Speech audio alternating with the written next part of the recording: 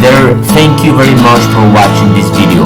Hola a todos, gracias por ver este video que es la segunda parte de los tutoriales del pasado simple.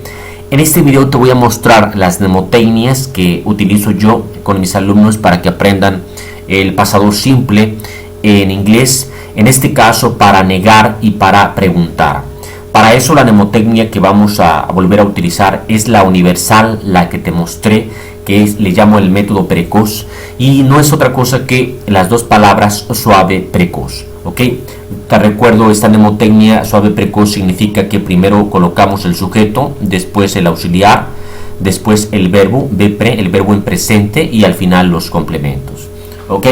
En este caso, como la mnemotecnia universal nos dice que se utiliza un auxiliar, te presento el auxiliar del pasado simple, es el auxiliar did.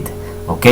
Este es el que vas a utilizar cuando hables en pasado simple, en este caso cuando niegues y cuando preguntes. Esta regla universal la vamos a complementar con estas dos universales que también te he mostrado en los tutoriales anteriores. La 2 dice que cuando negamos en inglés ponemos el auxiliar negativo, ¿sí? Y que cuando preguntamos en inglés colocamos el auxiliar detrás del sujeto. ¿Ok? Entonces, teniendo presente esta ley universal, la vamos a complementar con las otras dos leyes universales del inglés. Muy bien, veamos algunos ejemplos. No fui a la escuela. ¿Ok? Hoy no fui a la escuela. Hoy yo no fui a la escuela.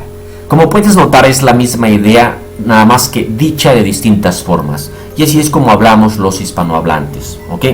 Sin embargo, aunque esto sucede mucho en español, en inglés te recuerdo, ¿sí?, que solamente existe una sola forma, ¿sí? Y por eso nosotros como teachers lo primero que pedimos a los alumnos es que piensen en inglés, no en español, porque pensar en español es ponerse aquí en el dilema: ¿cómo inicio? ¿Con el no, con el hoy o qué hago? ¿Ok?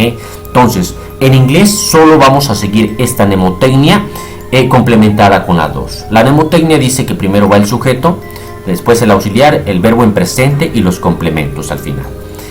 Pero dice que cuando negamos ponemos el auxiliar negativo. ¿Ok? Entonces vamos a complementarlas. ¿Cómo podemos traducir estos tres? De una sola forma. Primero el sujeto. ¿Quién no fue a la escuela? Yo. ¿Ok? Después dice que sigue el auxiliar. Nada más que el auxiliar va a ser negativo porque estamos negando. Entonces el auxiliar negativo es didn't.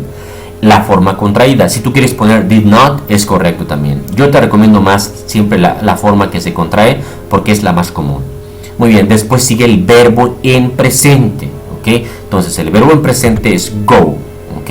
Y al final los complementos. I didn't go to school today. Muy bien. Te preguntarás, ¿por qué el verbo va en presente si en la forma afirmativa vimos que iba en pasado? Bueno, eso solamente ocurre en la forma afirmativa.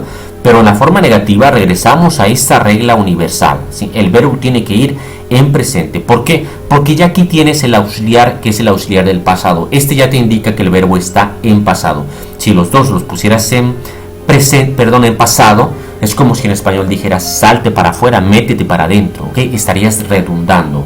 Solamente con el auxiliar ya sabemos que estás hablando del pasado. Muy bien, continuamos practicando. ¿Cómo podemos poner entonces con esto que les acabo de explicar estos tres enunciados en forma negativa? ¿Ok? El primero dice, It rained a lot this morning. Llovió mucho esta mañana. El segundo dice, I finished my homework last night. Terminé mi tarea anoche. Susan worked very hard this year. Susana trabajó muy duro este año. Ok, ¿cómo podemos poner estos enunciados que están afirmativos en negativo? Ok, pues siguiendo la regla, el primero quedaría así: It didn't rain a lot this morning. ¿Sí? El otro seguiría: I didn't finish my homework last night. Y el siguiente: Susan didn't work very hard this year.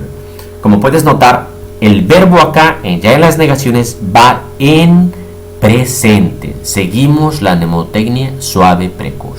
¿Por qué razón van en los verbos aquí en presente? Porque aquí estamos utilizando el auxiliar del pasado. Acá afirmamos, en estos negamos. Cuando afirmamos, sí va el verbo en pasado. Pero cuando negamos y preguntamos, el verbo va en presente. ¿Y cómo es la estructura de las preguntas? ¿Ok? Veamos estos ejemplos. El primero, ¿te gustó la comida? ¿Fuiste a la escuela ayer? ¿Vinieron tus amigos a la fiesta? ¿Ok? ¿Cómo traducir esto en inglés? Pues de la misma forma, siguiendo la mnemotecnia suave precoz, pero complementándola con la ley universal número 3, que dice que cuando preguntamos en inglés, colocamos el auxiliar detrás del sujeto. ¿Ok? Es lo único que vamos a hacer. Cuando preguntamos en inglés, este auxiliar hay que colocarlo detrás del sujeto. La primera pregunta traducida, como te estoy haciendo a ti la pregunta, quedaría así: ¿Do you like the food? ¿Te gustó la comida? Donde primero inicio con el auxiliar, es decir, lo pongo detrás del sujeto, y después lo demás sigue la regla BPRE, es decir, verbo en presente, complementos al final. La siguiente: ¿Did you go to school yesterday? Nuevamente, inicio con el auxiliar, es decir, lo pongo antes del sujeto, el verbo en presente y los complementos al final. ¿Vinieron tus amigos a la fiesta? ¿Did your friends come to the party? Es decir, inicio con el did, después el sujeto, que en este caso son tus amigos, el verbo en presente y los complementos al final. Y como puedes notar, es solamente esta misma mnemotecnia que te enseñé para el pasado, que te enseñé para el futuro. Por eso te digo, este es el método precoz, es el método de la ley universal del inglés, la columna vertebral para que aprendas definitivamente a hablar y a escribir y entender el inglés. Es importante que sepas que este tipo de preguntas no tienen palabra interrogativa. Existen otras preguntas que sí lo tienen. Ejemplo, ¿qué hiciste ayer? Okay. Es una pregunta también en pasado simple, pero tiene que inicia con una palabra interrogativa. ¿Qué? ¿A dónde fue Daniel? Nuevamente tiene una palabra interrogativa. ¿Dónde? ¿Cómo dormiste anoche? Okay. Bien, ¿cómo traducir este tipo de preguntas? Pues bueno, cuando haya una palabra interrogativa es con la que tienes que iniciar. Y ya después toda la estructura es igual a como te la enseñé. What did you do yesterday? ¿A dónde fue Daniel? Where did Daniel go? ¿Cómo dormiste anoche? How did you sleep last night? Ya por último vas a tener un poco de práctica, como siempre, con estos ejemplos. Tienes que tener en consideración estas tres leyes universales del pasado simple. ¿Ok? Dice la primera: Mary accepted the challenge. Mary aceptó el reto. Julio played soccer yesterday. Julio jugó soccer el día de ayer. They painted their house. Ellos pintaron su casa. Como puedes notar, son afirmaciones. Quiero que tú las conviertas en negaciones. Es decir, que eso que afirmamos, que lo niegues. Muy bien, utilizando y siguiendo estas tres leyes universales.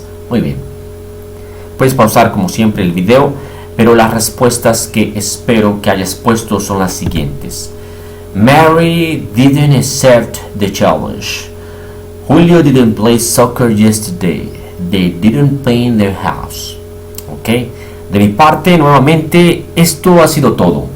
Te recuerdo nuevamente, si quieres que continúe yo subiendo este tipo de tutoriales, dame like, comparte este video, ayuda a este video para que llegue a más gente y suscríbete a mi canal.